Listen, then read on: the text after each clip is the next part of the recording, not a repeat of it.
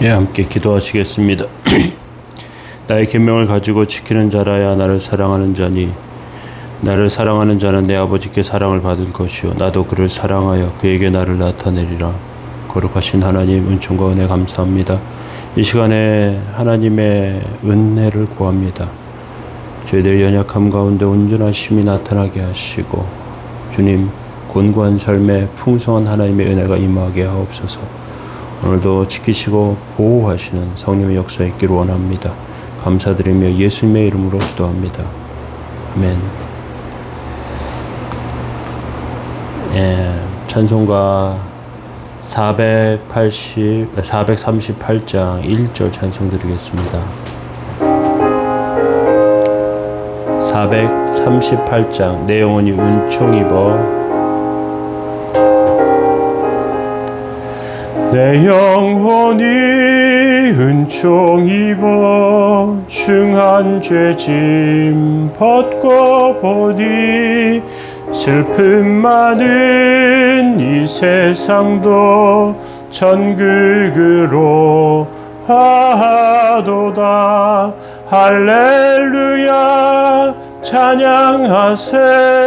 내 모든 죄 사함 받고 주 예수와 동행하니 그 어디나 하늘나라. 아멘. 함께 보실 말씀은 시편 119편 17절 18절 말씀 보시겠습니다. 주의 종을 후대하여 살게 하소서. 그리하시면 주의 말씀을 지키리이다. 내 눈을 열어 주의 율법에서 놀라운 것을 보게 하소서. 아멘.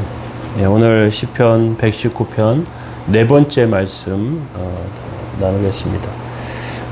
오늘은 하나님에 대한 기대에 대해서, 우리가 하나님께 대한 기대에 대해서, 우리가 가진 하나님께 대한 기대, 이것에 대해서 살펴보고요. 그 기대와 같은 우리가 기대한 것처럼 하나님께서 하시지 않을 때 우리는 어떻게 해야 되는지 한번 살펴보기를 원합니다. 운동선수들 또는 무용이나 이런 걸 하는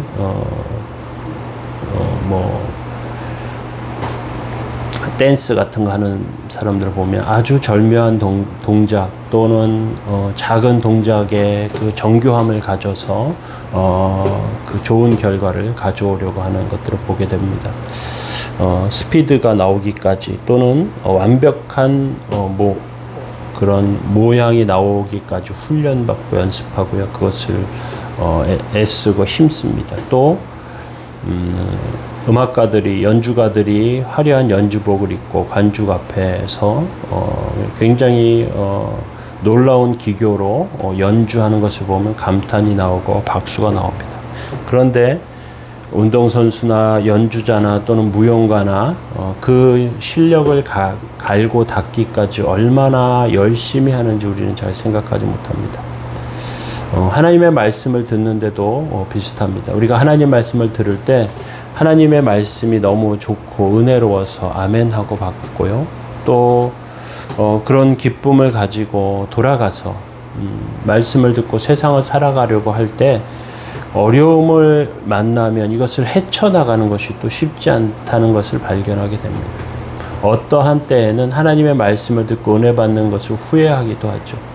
말씀을 따라가지 않고 세상 길을 따라가고 싶은 그런 생각마저 들기도 합니다.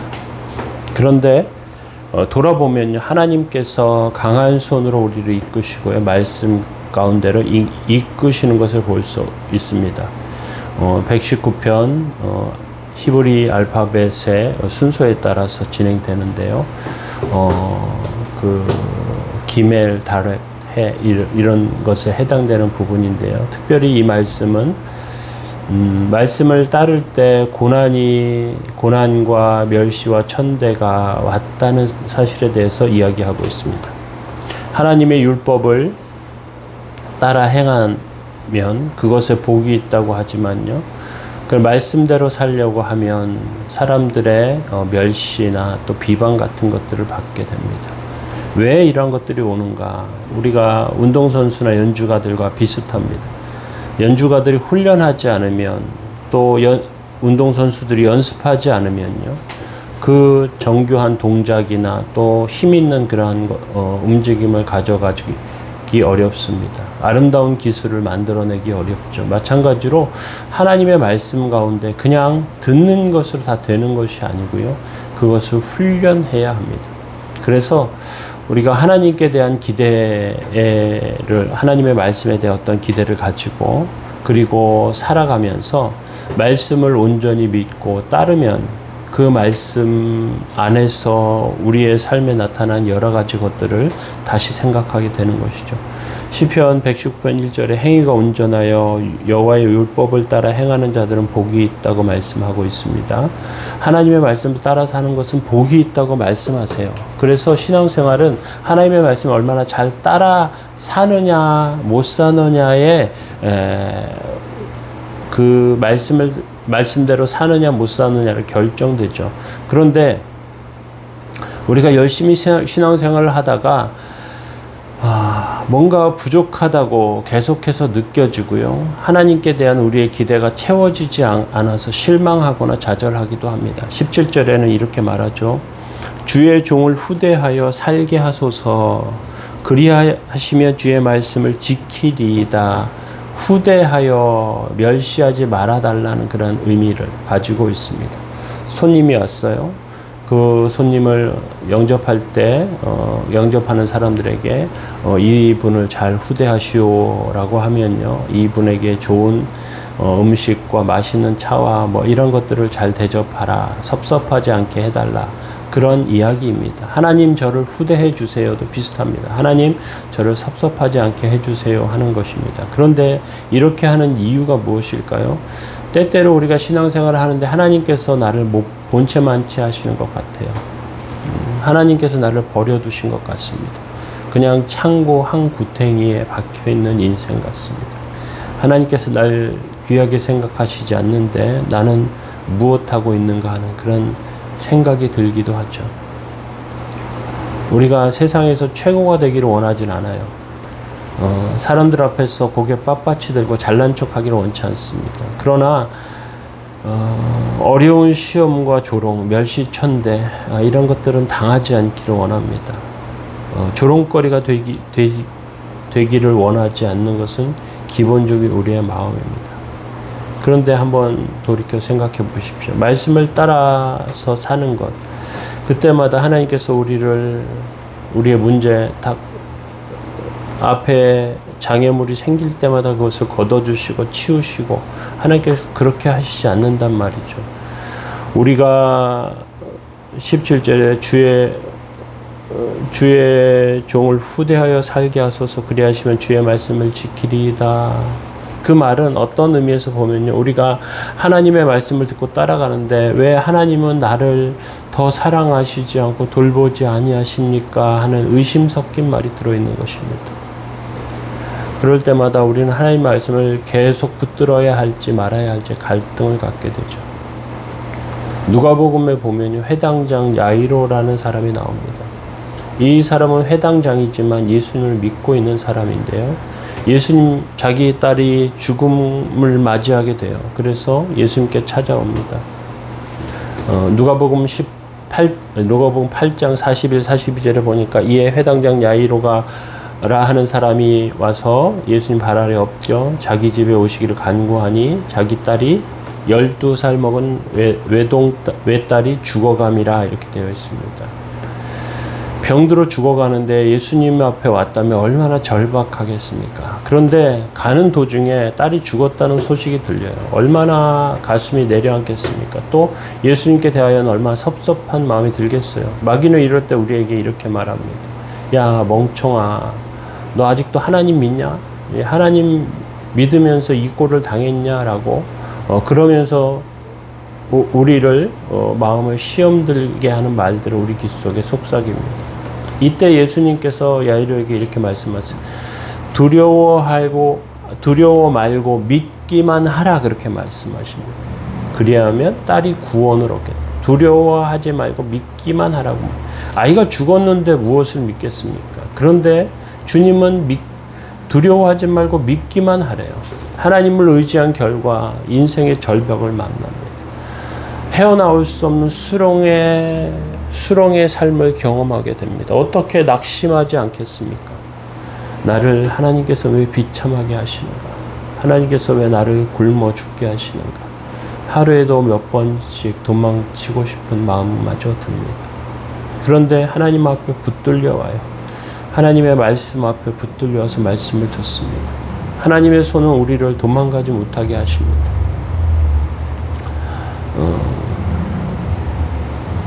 야곱의 아들 요셉도 절망을 만나게 됩니다. 종살이 하다 열심히 했는데 감옥에 가요. 그리고 술 맡은 관원장과 떡 맡은 관원장의 꿈을 해석해 줘요.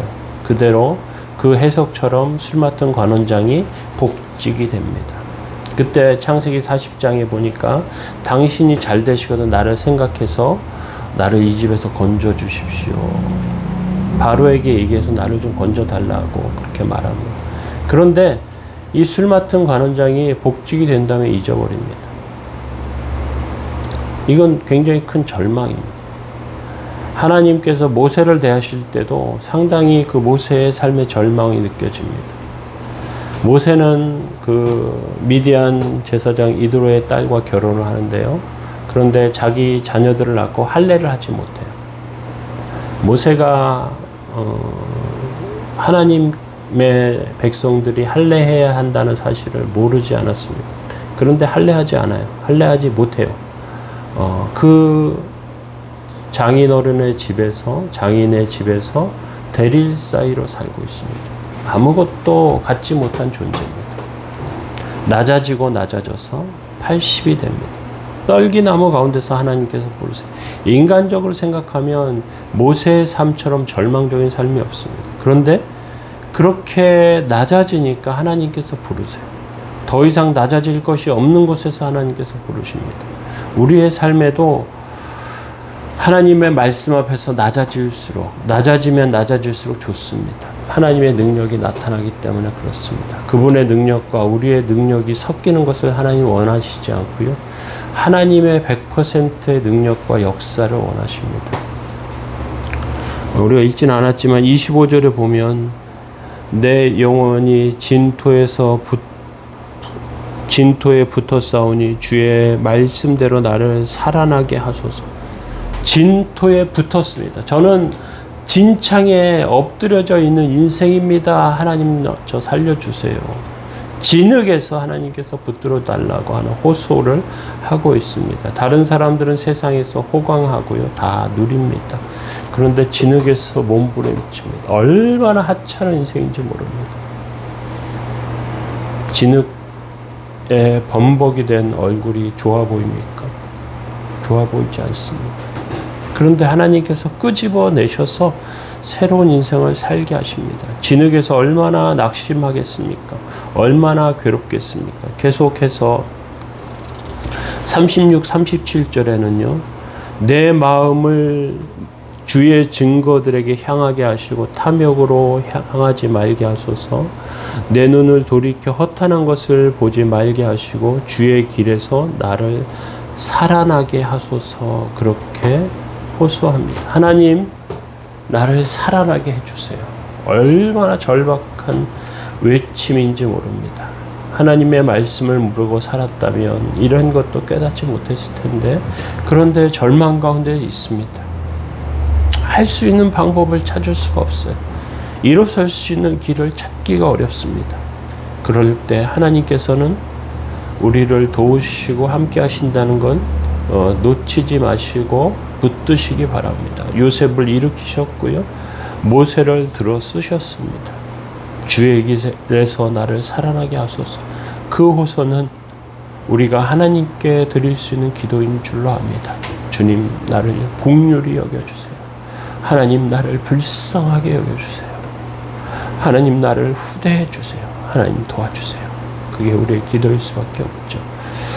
우리의 삶 가운데 하나님 주신 은혜가 있기를 원합니다. 기도하겠습니다.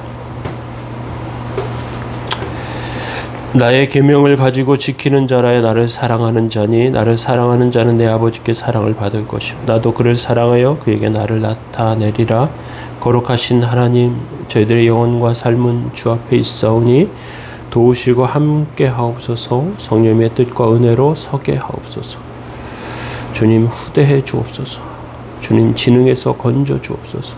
주님 저의 삶의 은혜로 베풀어 주옵소서. 도우시기 원합니다. 예수님의 이름으로 기도합니다. 아멘. 교회를 위해서 또 젊은이들을 위해서 성도들을 위해서 기도해 주시기 바랍니다.